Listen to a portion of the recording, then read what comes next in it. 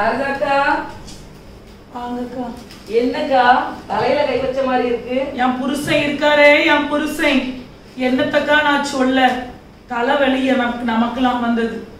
என்ன ஆயிட்டோ? ஏக்கா வெள்ளை கலர் லெகின்ஸுக்கா வெளியே போயிட்டு வந்தேன்.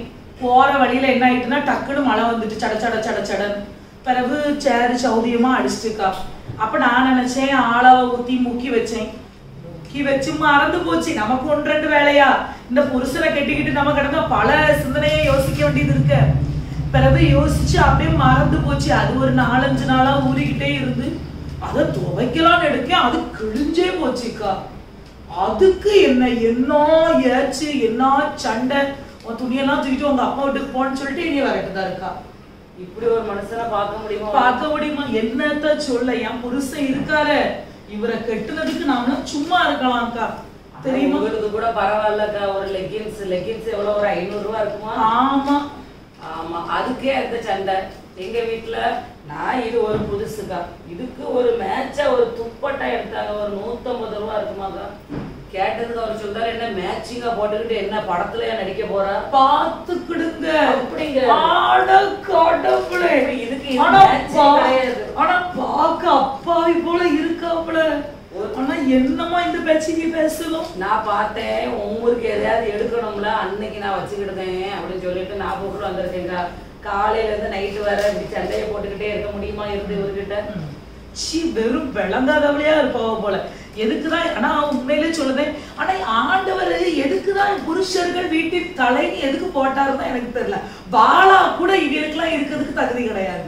தலைன்னு சொன்ன பிறகுதானே இப்படியே தலையாட்டிக்கிட்டு நம்ம கிட்ட கிடந்து சண்டையை போடுதா. அதை விடுங்க. நான் என்ன சொல்லுதேன், ஒரு 700 ரூபாய் லெகின்ஸ் கிழிஞ்சு போச்சு, சரி கோவப்படுதாருன்னு வச்சுக்கிடுவாங்க. 1 கிலோ தக்காளியை வாங்கிட்டு வர்றதுக்கு வக்கு கிடையாது. இவருக்கு 150 ரூபா கொடுத்து 1 கிலோ தக்காளியை வாங்கிட்டு வராரு. நான் படகு தக்காளிக்காரங்கிட்ட போய் சண்டையை போட்டுட்டு வந்திருக்கேன். அவிய எது செஞ்சாலும் தப்பு கிடையாதுக்கா. நம்ம லேசா ஒண்ணு செஞ்சுட்டோம்னா அதை பெருசாக்கி பலூனை ஊதுவாவில்ல, அப்படி ஊதி உடைக்கிற வேலைதான். ஐயோ கடவுளை, அதை விடுங்க. என்னத்த சொல்ல, நேத்து உபாச கூட்டத்துக்கு போகும்போது பிரியாவும் கூட சேர்த்து தானே கூட்டிட்டு வந்தேன் வாங்க போவோன்ட்டு. அவ பிள்ளைய கூட்டிட்டு வரல. எதுக்கு பிள்ளைய கூட்டிட்டு வரலன்னு கேட்டேன். காவி வீட்டுல இருக்காவாக்கா பாத்துக்கிடுவா. எனக்கு ஒரே ஆச்சரியம், பாத்துக்கிடுவானாங்கோ. அதுக்கப்புறம் உபாசம் முட்டை வீட்டுக்கு போய் ஒரே பாத்திரம் எல்லாம் உடையுத சவுண்டு என்னன்னே தெரியல. காலையில இருந்து 4 நேரம் போன எடுத்து எடுக்கவும் இல்லை. காப்பி போடலாம்ல, நான் வந்திருக்கேன். சரி இருங்க, காப்பி போட்டு கொண்டுட்டு வரேன். இருங்கக்கா. பால் இருக்கா? வாங்குறதுக்கு தான் போகணுமா? இருக்கு. சரி அக்கா, நீங்க காப்பியை போடுங்க. பிரியாவும் வாரேன்னா நான் வேணா லேசா எட்டி பார்த்துட்டு வாரேன். சரி அக்கா. ஆமா, நம்மளும் சொல்லுதான் எப்பவுமே என் புருஷன் இருக்காங்களா. அவளும் அதான் அழுதா, பாவமா இருந்து பார்த்துட்டு ஓடியாருங்கக்கா. காப்பி சூட போட்டு வைங்க, நான் அவளை கூட்டிட்டு வரேன்.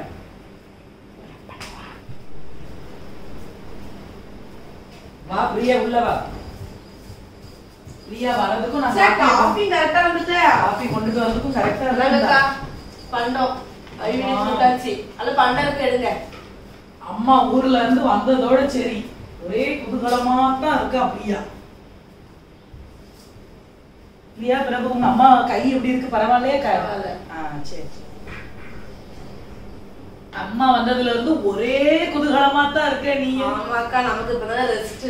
பாருங்க, நேத்து உபாசம் கூட்டம் போயிட்டு வரும்போது அப்பவே நினைச்சேன் நீ எல்ட்ரி நாயை கூட்டிட்டு வரல. உன் வீட்டுல ஒரே பாத்திரம் உழுந்த சவுண்ட் என்னாச்சோ? என்னால இந்த புருஷனால வர வேலை தானக்கா. இந்த புருஷன் இருக்காவல, சி மனுஷனாக்காவி எல்லாம் ஒரு வேலையை சொன்னா சரி பிள்ளையவாது பாத்துக்கலாம்லக்கா. ஒரு 1/2 மணி நேரம் வேலைக்கு ஒரு பிரேயர் தான் நம்ம போறோம், குடும்பத்துக்காக நம்ம பிரேயர் பண்ண போறோம். அதுக்கு கூட பார்க்க முடியல விழால பாரு. அப்ப இவனுக்கு அந்த பிள்ளை கொண்டம்லாம் சோர்ந்தே போச்சு. அவ்வளவு அருவா எடுத்திருக்காங்க, வீடியோ எடுத்திருக்காங்கக்கா. ஒரு தண்ணிய கொடுத்து, ஒரு ஜூஸ கொடுத்து, இல்ல ஒரு பொரி 2 கொடுத்து உட்கார்ந்து சமாதானப்படுத்திருக்காங்க. வீடியோ எடுத்து அனுப்பியாச்சு. உலகத்துக்கு ஆபாவளமா உலகத்துக்கு வந்த கோபத்துக்கு எல்லாத்தையும் தூக்கி எரிஞ்சேன். நானே எரிஞ்சேன். அதான் புருஷன் மோரையத்துக்கு எரிஞ்சிருக்கணும். தப்பு பண்ணிட்டியா? பாத்திரத்தெல்லாம் போட்டு உருட்டி எடுத்து நட்டு பாரு. அதுக்கப்புறம் தான் கொஞ்சம் நிம்மதியா இருந்து நம்ம ஏசிட்டோம் அப்படி சொல்லிட்டு அது அந்த பிள்ளையா சமாதானப்படுத்தி ஒரு கடைக்கு கூட்டிட்டு போறதை விட்டுட்டு இதுல இவ கடந்து என்ன அந்த பிள்ளைக்கு ஒரு 1 ரூபாய்க்கு ஒரு 5 ரூபாய்க்கு எதை வாங்கி கொடுத்தாலும் அது அழகா சாப்பிட்டு அழகா அது போட்டுல இருக்கும். இவ ஏன் வேணுண்டே இப்ப வந்து நம்ம விட்டுட்டு போயிட்டாலும் நம்ம பார்க்க கூடாது அப்படிங்கிற விதாவண்டமா பண்ணிட்டு இருக்காரு. இல்லக்கா நம்ம வந்து என்னமோ ஒரு கெட்டதை பண்ணிருப்போம் போன ஜென்மத்துல என்னமோ அதனால தெரியல. எப்படி அது ஒரு புருஷன் எப்படி சொல்ல, ஒரு ஊர்ல எல்லாம் புருஷனே கிடையாதாக்கா, பெண்கள் மட்டும்தானாக்கா. அப்படி ஒரு ஊர்ல இருந்திருந்தா நம்ம எப்படி வாழ்ந்திருப்போம் பாருங்க. ஐயோ கடவுளே, இது ஒரு நல்ல பாயிண்ட். அப்படி பாருங்க, சோறு போங்கண்டா, பிள்ளை பெறாண்டா, பிள்ளை பாக்காண்டா, கெடிகாரத்தை பாரு. இசப்பா இது ஏன் இப்படி உடைஞ்சு போயிருக்கு பாரு. இந்த கெடிகாரத்தை வாங்கிட்டு வந்தாவமா மாட்டி வச்சிருந்தா சரி தூசி ஆயிட்டேன்னு ஒரு துணியை வச்சு துடைக்கும் போதுக்குள்ள அந்த கண்ணாடி உடைஞ்சு போச்சு. தூக்கி கச்சாடி மாத்திர வேண்டியதானே, தூக்கி கச்சாடாவில நான் போட்டே தேவை கிடையாது, வேற ஒரு கெடிகாரத்தை வாங்கிடுவோம். கச்சடாவில இருந்தத தூக்கி கொண்டு வந்து திருப்பி மாட்டிருக்காங்க.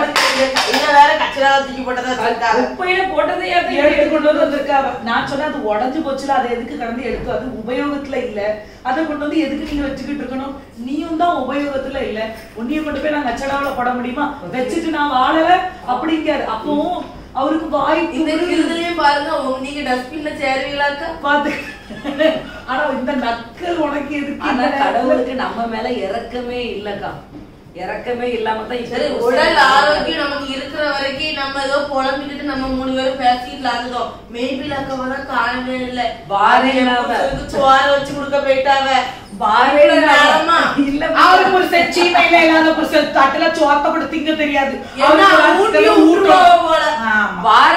அதுக்குள்ள போட்டடிக்காவ. எக்கா என் வீட்டுக்காரர் வந்துட்டாருக்கா, சோற போட்டு கொடுக்க. நான் சொன்னேன் உங்க புருஷன் தான்க்கா உலகத்திலே ரொம்ப நல்லவர், போங்க.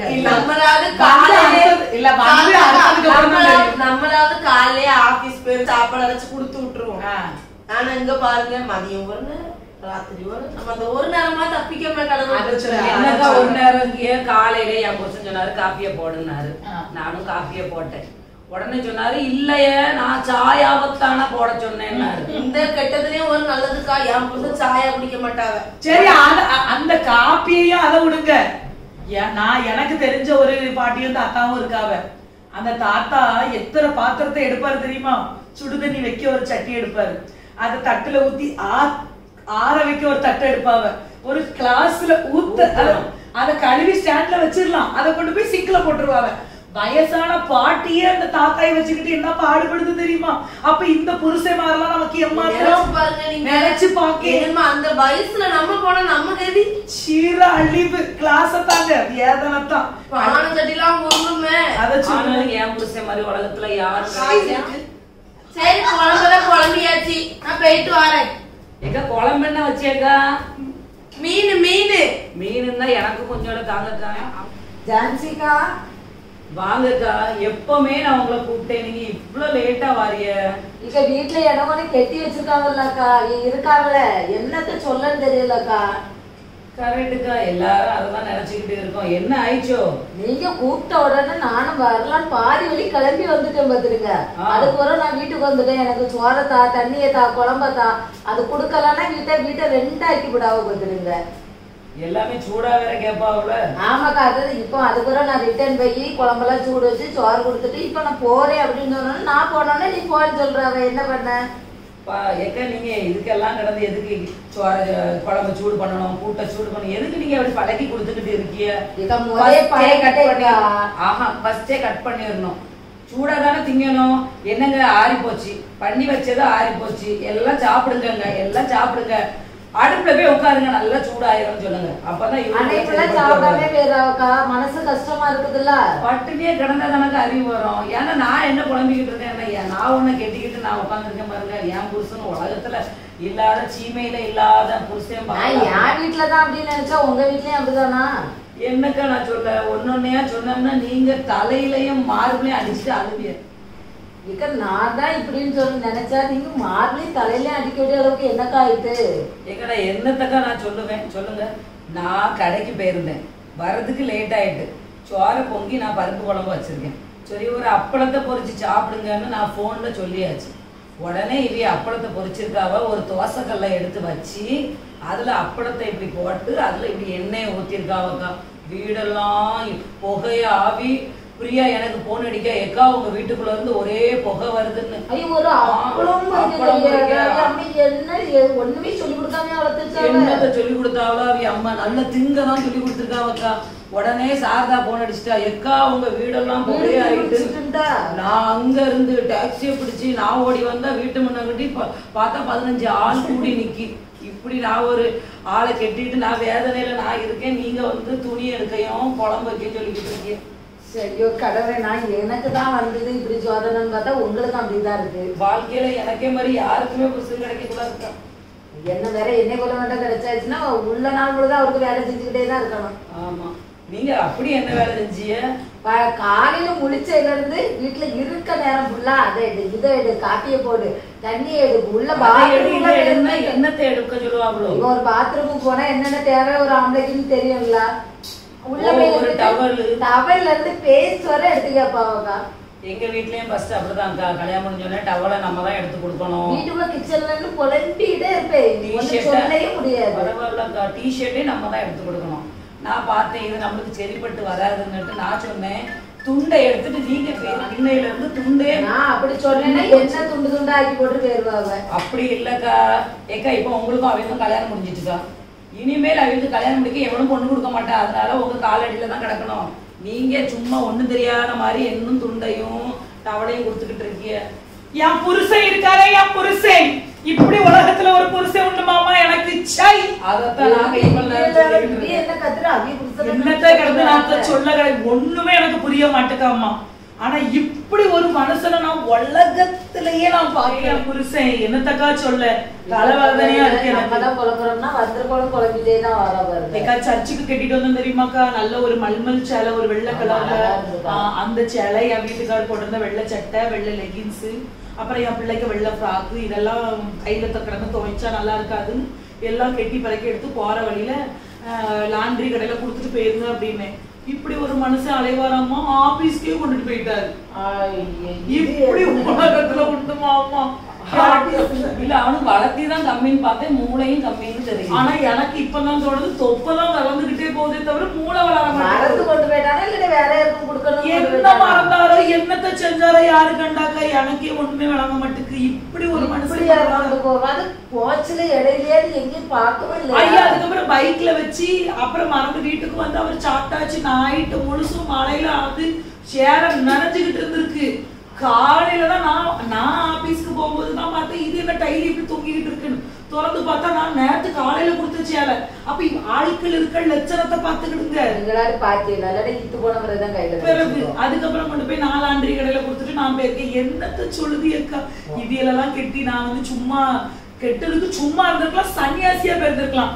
ஆனா ஒண்ணு நான் சொல்லட்டுமாக்கா, இவரெல்லாம் நான் கெட்டி சீக்கிரத்துல நான் வந்து மனநல பாதிக்கப்பட்டுருவேன். எனக்கு அது மட்டும் தெரிஞ்சு போச்சு. பரவாயில்லக்கா, எனக்கும் அப்படிதான் இருக்கு. என்னையையும் இவர் கொண்டுட்டு போய் ஒரு கீழ்பாக்கத்துல சேர்த்து விடுவாருக்கா. நீங்க கீழ்பாக்கத்துக்கு போவீங்க, நான் மேல் பக்கத்துக்கு போவேன், நீங்க நடுப்பாக்கத்துக்கு போங்கக்கா. யாராவது என்னைய அதுக்கு பிறகு பாக்கணும்னு அந்த கீழ்பாக்கத்துக்கு வாங்க. அப்படி நான் கீழோக்கி போய்கிட்டு இருக்கேன். அட கடவுளே, இப்படி கட்டிக்கிட்டு வேதனை படணும்னு நம்மளுக்கு தலையில எழுதிருக்கு பதிலா புருஷமாரோட வச்சுக்கிட்டு நம்ம சும்மா இருந்துட்டு போயிடலாம்க்கா வாழ்க்கையில. என்ன எல்லாம் அமைதியா இருந்த மாதிரி இருக்கு. என்னக்கா என் புருஷன் இருக்காவல எம்மா சை சோதனைக்கு கல்யாணம் முடிக்காம அம்மா வீட்லயே காலமுள்ளா இருந்திருக்கலாம்க்கா. சேவகம் செஞ்சு செத்து போயிருவோம் மனுஷன். என்ன உங்களுக்கு என்னக்கா ஆயிட்டு? நான் என்னத்தக்கா சொல்லனா மௌன விரதத்துல இருக்கேங்க்கா. வாழ்க்கையில நம்ம வந்து வாயே பேசக்கூடாதுன்னு நினைச்சேன். நீங்க விரதத்துல இருந்தாலும் உங்களை பேச வைக்காம விடுவாங்களாங்க. காலையில இருந்து பேசி பேசி நான் டயர்ட் ஆகி போனேன். எனக்கு டென்ஷனா இருக்கு. எனக்கு அவ்வளவு டென்ஷன். என்னத்த சொல்ல, வாழ்க்கையில எனக்கு வந்திருக்க சோதனை. சரி மேப்லாக்காவே நான் கூப்பிட்டேன். ஏக்கா மீஷோல 4 ட்ரெஸ் ஆர்டர் பண்ணேன்க்கா. அந்த ட்ரெஸ் நீங்க இப்ப சொல்லாதங்கக்கா. மேப்லாக்கா வாராவலாம். ஒரு நிமிஷம் இருங்க, ஒரு போன் அடிக்கேன். ஹலோ சொல்லுங்கக்கா. ஏக்கா என்னக்கா வாரண்டியா இன்னும் வரல? ஏக்கா ஒரு நிமிஷம்க்கா, எங்க வீட்டுக்காருக்கு சோறு வச்சு கொடுத்துட்டு வரேன்க்கா. இல்லக்கா எப்ப கூப்பிட்டாலும் சோறு வச்சு கொடுக்கணும். சோறு வச்சு சோத்துல விஷத்தை வச்சு கொடுங்க அவருக்கு. பானையை கிட்ட தூக்கி வச்சுட்டு உட்கார வேண்டியதானே? ஆமா ஏக்கா நான் விஷத்தை வைக்கணும்னு நினைச்சா அவரு எனக்கு நான் வைக்கணும்னே எனக்கு வச்சு தந்துருவாருக்கா. இருக்காப்ளோ? ஆமா கதை கேட்டுட்டு தான் இருக்காங்க. விஷம் வச்சிடாம ஓடியாங்க சீக்கிரம். சரி நான் ஓடி வரேன்க்கா. இந்த சோறை மட்டும் கொடுத்துட்டு நான் ஒரு 2 நிமிஷத்துல ஓடி வரேன். அப்படியே இருந்துட்டே இருக்காதியே. சீக்கிரம் வரேன். யாண்டா இப்படி சோறு பொங்கி போடுறதுக்கு இப்படி பக்கத்துல நம்ம கேள்விப்பட்டிருக்கீங்களா, பொண்டாட்டி தாசைன்னு சொல்லுவாங்க, இது புருஷன் தாசை. ஆனா கரெக்டா சொன்னா எப்பவும் துண்டு எடுத்து கொடுக்கணும், டவல் எடுத்து இவ்வளவு பண்ணக்கூடாது, இதுவே லிமிட். நம்ம பட சித்திரவதை சேர் எடுங்கக்கா, படாத பாடுபடுதியக்கா காலம் பூரா. என்ன பண்ணா மாத்தவே முடியும். அது சரிதான், இவையெல்லாம் கெட்டி நம்ம டிப்ரெஷன்ல ஆகும். சரி, அமேசான்ல ஒரு டாப், ஒரு பிளிப்கார்ட்ல ஒரு டாப், ஒரு மீஷோல ஒரு டாப் ஆர்டர் பண்ணா பார்சல் பார்சலா வருது. நானும் கவுண்ட் பண்ணேன். நீங்க பரவாயில்லையாக்கா, இதுலயாவது உங்க புருஷன் எடுத்தாராவல? எங்க எடுத்து தராரு? உள்ள வந்து ஒரே சட்டையை போட்டுக்கிட்டு ஏசுதாரு.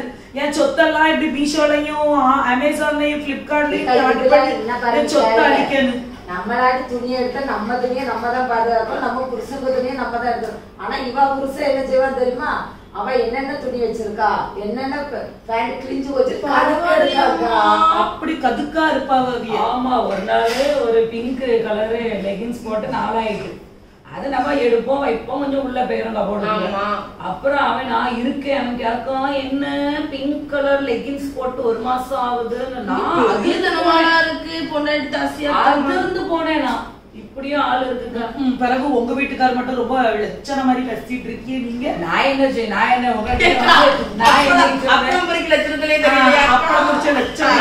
சொன்னேன், என் புருஷன் நல்லவர் வல்லவர்னு உங்ககிட்ட வந்து நான் என்ன சொன்னேன். இன்னொரு கதையை சொல்றீங்க, நல்லா காது கொடுத்து கேளுங்க.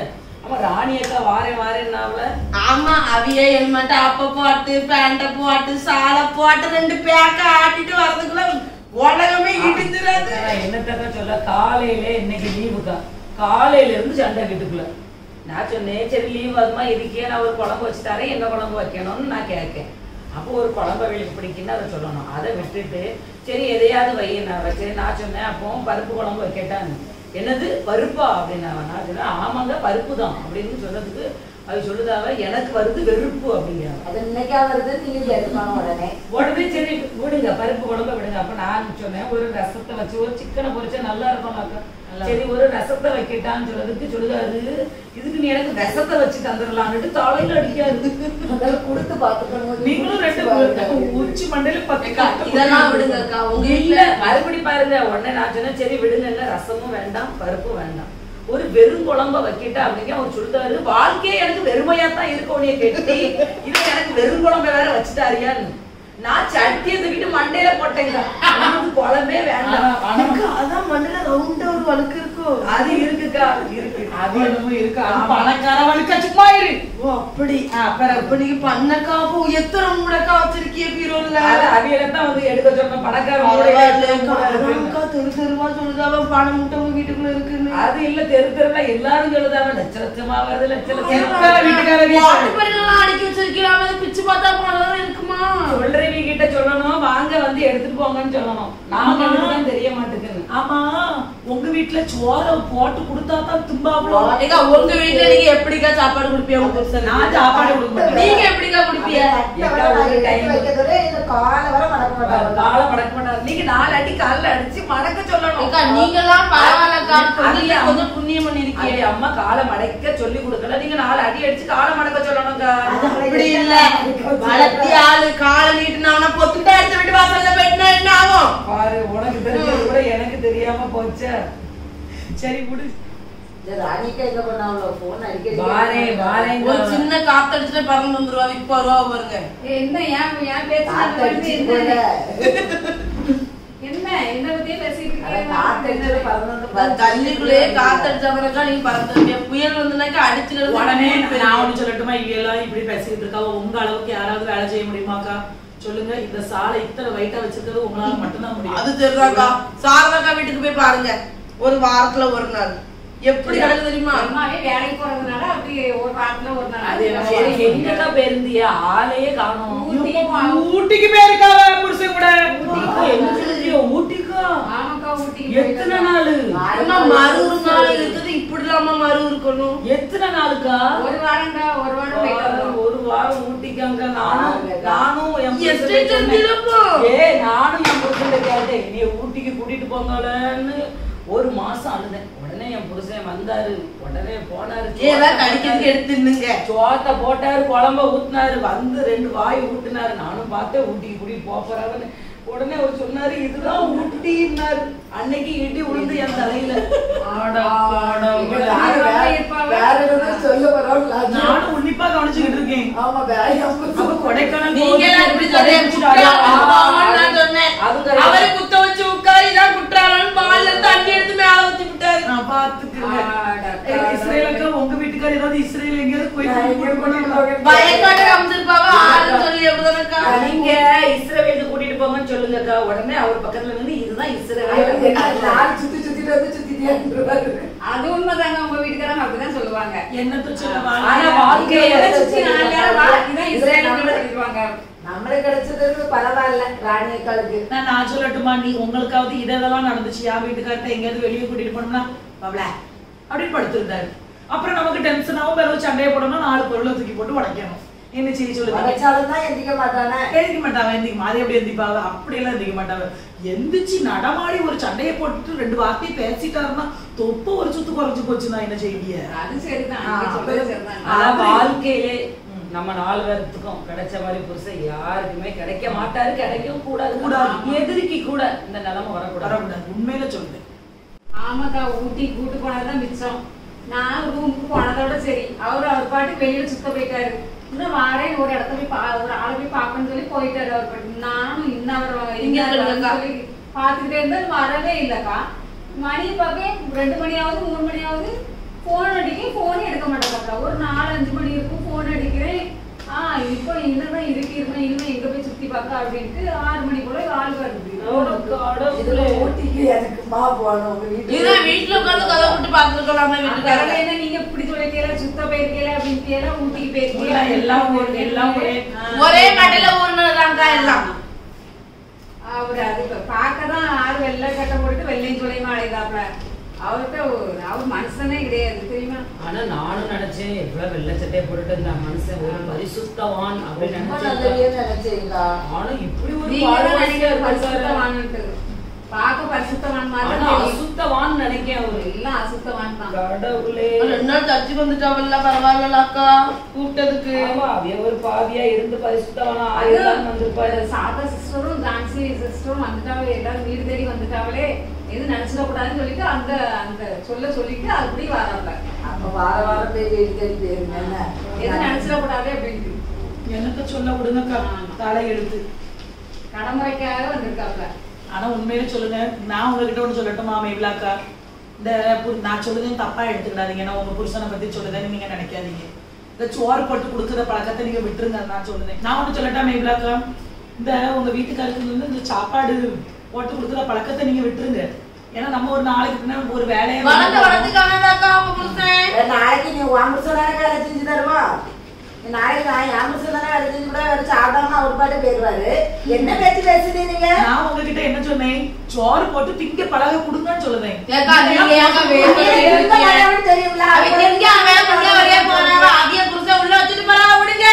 தட்டெடுத்து படுத்து இங்க தெரியாதா? இப்படி கிடந்து எனக்கு பழக்கம் என் புருஷனா நான் சொல்லுவேன், நீங்க எதுக்கு சொல்லிட்டு இருக்குதே?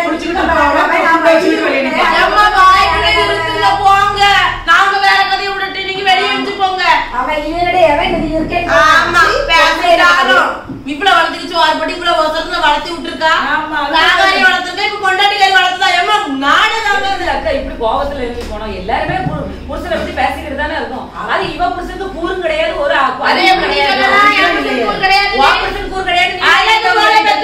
மாமியாரு எங்க வீட்டுல அழகு போல பெரிய புருஷன் என்னாலும் உன் புருஷனை வந்து இங்க குறை சொல்லிட்டு இன்னைக்கு நீ என்ன தண்டவாளம் அடிக்கவே இல்லை. ஆமா ஆமா அவரவருக்கு குழந்தை அதே மாதிரி அவரவர் வீட்டுல இருக்கும். அடுத்த வீட்டுல பேசுற மாதிரி என்கிட்ட பேசிக்கிட்டாரு.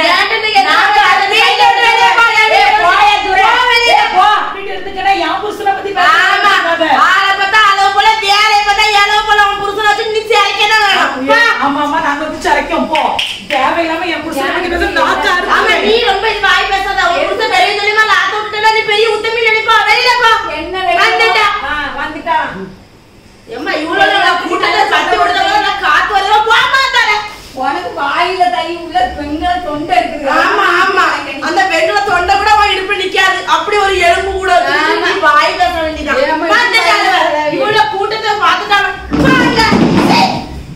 ஆண்டவர் இரட்சகருமாகிய இயேசு கிறிஸ்துவின் ஈடு எண்ணற்ற நாமத்தினாலே உங்களை நான் வாழ்த்துகிறேன். தொடர்ந்து நீங்கள் இந்த நாடகங்களை பார்த்து ஆமென் தேவனுடைய நாமத்தை மகிமைப்படுத்துகிறதற்காகவும் அநேகருடைய வாழ்க்கையில் ஆண்டவர் அநேக மாற்றங்களையும் உணர்வுகளையும் கொடுத்து வருகிற அந்த நல்ல கிருபைகளுக்கு நன்றி செலுத்துகிறேன். தொடர்ந்து நீங்கள் கொடுத்து வருகிற ஆதரவு, நீங்கள் அனுப்புகிற கமெண்ட்ஸ், தொலைபேசியில் தொடர்பு கொண்டு என்னிடத்தில் பேசுகிற வார்த்தைகள், அது எல்லாம் என்னுடைய நாமத்திற்கு மகிமை உண்டாக்குகிறது. இன்றைக்கு கூட ஒரு நாடகத்தை பார்த்தோம். தெய்வ பிள்ளைகள் நம்ம எல்லாரும் அதை பார்த்துருப்போம். 4 பேர் சேர்ந்துட்டோம் அப்படின்னா, 5 பெண்கள் ஸ்திரீகள் சேர்ந்துட்டாங்க அப்படின்னா, நாம் எதை குறித்து பேசுகிறோம், என்ன வார்த்தைகளை பேசுகிறோம், நம்முடைய வார்த்தைகள் எப்படி இருக்கிறது, எந்த காரியத்தை குறித்து இருக்கிறது என்பதை நம்ம நல்லா கவனிக்கணும். பெண்களுக்கு நான் சொல்லுகிற ஆலோசனை, ஆமேன், பெண்கள் 4 பேர் நம்ம கூடும் பொழுது ஆமேன் 5வது நபராக ஆவியானவர் இருக்கிறார் என்பதை எப்பொழுது நாம் உணர்ந்து கொள்ள வேண்டும். நீங்கள் நிற்கிற இடத்துல ஆவியானவரும் கூட நிற்கிறார். நீங்கள் பேசுகிறத அவர் கவனிக்கிறார். வேதவசனம் சொல்லுகிறது, ஒரு கர்த்தருக்கு பயந்தவர்கள் ஒருவருக்கொருவர் பேசிக்கொள்வார்கள், கர்த்தர் உற்று கவனித்து கேட்பார். அதனால் 4 திருமணமான சகோதரிகள் நீங்கள் ஒன்று சேரும் பொழுது என்ன பேசுகிறீர்கள் என்பதை புரிந்து பேச வேண்டும். வசனம் சொல்லுகிறது, நாம் ஒருவருக்கொருவர் குறை சொல்லக்கூடாது. இதில் பார்த்தீங்க அப்படின்னா, அவங்க கணவரை குறித்து குறை சொல்கிறாங்க. கணவருடைய செய்கைகளை, நடக்கைகளை குறை சொல்லுகிறத நம்ம பார்க்கிறோம். இதில் வசனம் ரொம்ப அழகாக சொல்லுகிறது. சங்கீதம் 59:4 சொல்லுகிறது, இதோ தங்கள் வார்த்தைகளை கக்குகிறார்கள். பாருங்களேன், வீட்டுக்குள்ளே நடக்கிற ஒரு காரியத்தை, வீட்டுக்குள்ளே கணவனுக்கும் மனைவிக்கும் நடக்கிற ஒரு காரியத்தை மனைவியானவள் வெளியே போய் 3வது நபரிடத்திலேயும் 4வது நபரிடத்திலேயும் இதை குறித்து பேசும் பொழுது அது தங்கள் வார்த்தைகளை கக்குகிறதற்கு சமம். அப்படி என்றால் வாமிட் பண்ணும் பொழுது, வாந்தி பண்ணும் பொழுது அது மணக்காது, நாற்றம் எடுக்கும். அதே போல தான் நீங்கள் உங்கள் கணவரை குறித்து நீங்கள் மற்ற இடத்துல குறை சொல்லும் பொழுது அது நாற்றம் எடுத்த ஒரு காரியமாகும். எக்காரணத்தை கொண்டும் உங்கள் 2 பேருக்குள்ள பிரச்சனையை உங்கள் 2 பேருக்குள்ளேயே நீங்கள் பேசி தீர்த்து முடித்து, என்னதான் பிரச்சனை வந்தாலும், ஒருவருக்கு சில மனஸ்தாபங்கள் வந்தாலும், நீங்கள் இருவரும் ஒருவருக்கொருவர் அதை உணர்ந்து புரிந்து நீங்கள் குற்றங்களை அறிக்கையிட்டு அப்படி உங்கள் வாழ்க்கையை கடத்தி கொண்டு போக வேண்டும். தெய்வ சமூகத்தில் ஒப்பு கொடுத்து ஜெபிக்க வேண்டும். மாறாக உங்கள் கணவரை குறித்து நீங்கள் 3-4 சகோதரிடத்தில் பேசும் பொழுது இப்போ நல்லா தான் இருக்கும், அவங்க ஆலோசனை கொடுப்பது போல் இருக்கும், அவங்க உங்களுக்கு சாதகமாக பேசுவது போல் இருக்கும். ஆனால் சில நாட்களில், சில காலங்களில் ஒருவேளை அவர்கள் உங்களை விட்டு சில மனஸ்தாபங்களில் பிரிந்து போனார்கள் என்று சொன்னால், உங்கள் கணவரை குறித்து, உங்களை குறித்து மிகவும் தவறாக மற்றவரிடத்தில் சொல்ல நேரிடும். இது ரொம்ப மன உளைச்சலை கொண்டு வரும். இதை கேட்கும் பொழுது உங்கள் கணவருக்கும் உங்களுக்கும் பிரச்சனை வரும். இப்படி குடும்பத்தில் சமாதானம் இல்லாமல் அநேக பிரச்சனைகள் வருவதற்கு வாய்ப்புகள் இருக்கிறது. அதனால் தேவ பிள்ளைகள், நம் அபிஷேகம் பெற்றவர்கள், ரட்சிக்கப்பட்டவர்கள், ஆலயத்துக்கு செல்லுகிறவர்கள், நாம் ரொம்ப ஞானமாய் கவனமாய் நம்முடைய வார்த்தைகளில் இருக்க வேண்டும். பிரசங்கி 7:8 அழகா சாலமன் சொல்லுகிறார் பாருங்க, என் மனம் இன்னும் ஒன்றை நான் தேடுகிறது, அதை நான் கண்டுபிடிக்கவில்லை. 1000 பேருக்குள்ளே ஒரு புருஷனை கண்டேன், ஒரு ஸ்திரியை நான் காணவில்லை. அப்படி என்றால் பெண்கள் ரொம்ப பலகீனமாக, ஒரு 3 பேர் 4 பேர் சேர்ந்துட்டாங்கன்னா அவர் பேசுகிற வார்த்தைகள் ஆமீன் அது வீணான வார்த்தைகளே அதிகமாக இருக்கிறது. ஆண்கள் இப்படி கூடி பேசுவது மிக மிக மிக குறைவு. ஸோ அதனால் பெண்கள் இந்த காரியத்தில் பலகீனமாக இருக்கிறார்கள், தவறாய் பேசுகிறார்கள். அவரோட வார்த்தை வீணான வார்த்தைகளாக இருக்கிறது, சீர்கீடான வார்த்தையாக இருக்கிறது என்பதை வேதமே சொல்லி காட்டுகிறது. அப்போ வேதமே சொல்லி காட்டுகிறபடினால் நான் திருமணமான பெண்கள் ஒவ்வொருவருக்கும் சொல்லுகிறேன், நீங்கள் எந்த இடத்துல கூடினாலும் உங்கள் நடுவில் ஆவியானவர் இருக்கிறார் என்பதை மாத்திரம் நீங்கள் புரிந்து கொள்ளுங்கள். நீங்கள் பேசுகிறத கர்த்தர் உற்று கவனித்து கேட்கிறார். இந்த மாதிரி ஒரு உணர்வோடு நம்ம எந்த இடத்துல இருந்தாலும் தேவையில்லாத வார்த்தைகளை நாம் நிச்சயமாய் பேச மாட்டோம். பிரசங்கி 5:6 சொல்லுகிறது, உன் மாம்சத்தை பாவத்துக்குள்ளாக்க உன் வாய்க்கு இடம் கொடாதே. நம்ம பேசி பேசி குறைய சொல்லி சொல்லி குற்றப்படுத்தி பேசும் பொழுது அதில் நம்ம மாம்சத்தையே பாவத்துக்குள்ளாய் கொண்டு போயிடும். நம் பேசுகிற வார்த்தை நமக்கு பாவத்தை பிறப்பித்து விடும். அதனால் ஜாக்கிரதையாக இருக்கணும். அப்போ வசனம் என்ன சொல்லுகிறது? தீத்து 3:14 தீத்துக்கு அழகாக பவுல் கற்றுக் கொடுக்கிறார். நம்முடையவர்களும் அப்படின்னா உன்னோடு இருக்கிறவர்களும் என்னோடு இருக்கிற பிள்ளைகளும் கனியற்றவர்களாய் இராதபடி குறைவுகளை நீக்குகிறதற்கு ஏதுவாக நற்கிரியைகளை செய்ய பழகட்டும். தேவ பிள்ளைகளை நாம் நற்கிரியைகளை செய்ய பழகணும், நல்ல வார்த்தைகளை பேச பழகணும். ஆமென். கனியற்றவர்களாக இருக்கவே கூடாது.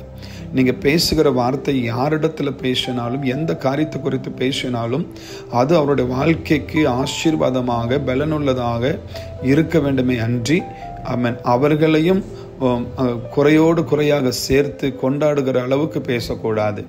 எபேசியர் 4:29 பக்தி விருத்திக்கு ஏதுவான நல்ல வார்த்தை உண்டானால் அதையே கேட்கிறவனுக்கு பிரயோஜனம் உண்டாகும்படி பேசுங்கள். பாருங்க, நீங்க 4 பேர் கூடும்போது எதை குறித்து பேசணும்? பக்தி விருத்திக்கு ஏதுவான. நீங்க பேசுற வார்த்தை அவங்களோட வாழ்க்கையில பக்தி விருத்தியை கொண்டு வரணும், அவங்க வாழ்க்கையில நல்ல ஒரு எழுப்புதலை கொண்டு வரணும், மாற்றத்தை கொண்டு வரணும், கேட்கிறவர்களுக்கு பிரயோஜனம் உண்டாகும்படி பேசுங்கள். அப்படின்னா பிரயோஜனமற்ற எந்த வார்த்தையும் பேசாண்டாம், வீணான எந்த வார்த்தையும் பேசாண்டாம். கர்த்தரை காயப்படுத்துகிற நீங்கள் எதினால் என்னை வருத்தப்படுத்தினீர்கள்? நீங்கள் பேசுகிற வார்த்தையினால் என்று சொல்லி வேதத்தில் வாசிக்கிறோம். அப்போ வார்த்தைகளினால் தேவனை காயப்படுத்தாண்டாம். அவங்க புருஷங்களை நினைச்சிட்டு இருப்பார் நம்ம மனைவி நல்ல மனைவி, ஆனால் புருஷனுக்கு தெரியாம நீங்க வெளியே உங்க புருஷனை குறை சொல்லுகிறத அவர் கேள்விப்பட்டால் ரொம்ப துக்கப்படுவார். வீட்டில் நடக்கிற எந்த காரியத்தையும் கணவனும் மனைவியும் அவர்களுக்குள்ளேயே நம்ம வைத்து நாம் நம்முடைய வாழ்க்கையை நடத்த வேண்டும். அப்படி நடத்தும் பொழுது கர்த்தர் நிச்சயமாகவே அவங்க கூட இருந்து குடும்பத்திலிருந்து அவர் நடத்துவார். இப்படியே இந்த பிரச்சனை வெளியே போய் 4 பேருக்கு தெரிஞ்சு, பிறகு கணவனுக்கு தெரிஞ்சு, கணவனுக்கும் மனைவிக்கும் சண்டை வந்து, அந்த சண்டை வெளியே போய் மாமியார் மாமனார்கிட்ட போய், அம்மா அப்பா கிட்ட போய், அந்த பிரச்சனை பெருசாகி இன்னைக்கு நிறைய இடங்களில் சின்ன சின்ன காரியங்கள் தான் பெரிய காரியமாய் மாறி பெரிய பிரச்சனையாக மாறி டைவர்ஸில் கொண்டு போய் முடிகிறது. தேவ பிள்ளைகளே, இதற்கு ஒருபோதும் நம்ம இடம் கொடுக்காதபடி ஆமென். நம்ம எந்த பிரச்சனையானாலும், கணவனை குறித்து எந்த குறை இருந்தாலும் அதை ஜெபித்து ஒருவருக்கு பேசி அதை சரி பண்ணி பழகுங்கள். 2வது, நீங்கள் என்ன பேசினாலும் ஆவியானவர் கூட இருக்கிறார், தேவன் உற்று கவனிக்கிறார் என்கிற ஒரு பயத்தோடு பேசுங்கள். நிச்சயமாய் கர்த்தர் உங்கள் குடும்பத்தை ஆசீர்வதிப்பார், சமாதானத்தால் நிரப்புவார். ஒப்பு கொடுக்கிற ஒவ்வொரு பிள்ளைகளுக்காக நான் ஜெபிக்கிறேன். பரிசுத்தமுள்ள நல்ல பிதாவே, இந்த நாடகத்தின் மூலமாய் எங்களோடு நீர் பேசுகிறதற்காக நன்றி. திருமணமான பெண்கள் எப்படி இருக்க வேண்டும், 4 பேர் சேர்ந்து பேசும்போது எந்த காரியத்தை குறித்து பேச வேண்டும் என்கிறதை எங்களுக்கு கற்றுக் கொடுத்திருக்கிறீங்க. ஒருவேளை இந்த நாடகத்தை பார்க்கிறவர்கள், நானும் என் கணவரை இப்படி தான் குறை சொல்லுகிறேன், எல்லா இடத்திலும் குறை சொல்லுகிறேன் என்று சொல்லி நீங்கள் உணர்ந்தால் ஆண்டிடத்தில் இப்பொழுது மன்னிப்பு கேட்டு நீங்கள் ஒப்புரவாகுங்கள். இனி என் கணவரை குறித்து நான் யாரிடத்திலும் குறை சொல்ல மாட்டேன் ஆண்டவரே, என்னை மன்னியுங்கள் என்று சொல்லி நீங்கள் ஒப்பு கொடுக்கும் பொழுது ஆண்டவர் மன்னித்து விடுவார். அது மாத்திரமல்ல ஆண்டவரே, இதை பார்க்கிற பிள்ளைகள், உணர்கிற பிள்ளைகள், குறைகளை அறிந்து கொள்ளுகிற பிள்ளைகளுக்கு நீர் கிருபையாய் இறங்கி மன்னித்து இனி குடும்பத்தில் இப்படிப்பட்ட காரியங்கள் நடக்காதபடி, எந்த மனைவி தன் புருஷனை குறித்து எந்த இடத்துல தன் புருஷனை குறித்து தவறாய் சொல்லாதபடிக்கு ஒரு நல்ல இருதயத்தை கொடுத்து கர்த்தருடைய பிள்ளைகளை திருப்புவீராக. அர்ப்பணித்த பிள்ளைகளை ஆசீர்வதியும், ஒப்பு கொடுத்த பிள்ளைகளை ஆசீர்வதியும். குடும்பத்தில் சமாதானமும் சந்தோஷமும் நிரம்பி வழியட்டும். தேவ நாம மகிமைப்படட்டும். கன மகிமை எல்லாம் உமக்கே செலுத்துகிறோம். இயேசு மூலம் ஜெபிக்கிறவங்க நல்ல பிதாவே, ஆமென். தொடர்ந்து எங்களுடைய நாடகத்தை பாருங்கள். நீங்கள் எல்லாருக்கும் ஷேர் பண்ணுங்க, லைக் பண்ணுங்க, சப்ஸ்கிரைப் பண்ணுங்க. God bless you. கர்த்தர் உங்களை ஆசீர்வதிப்பாராக.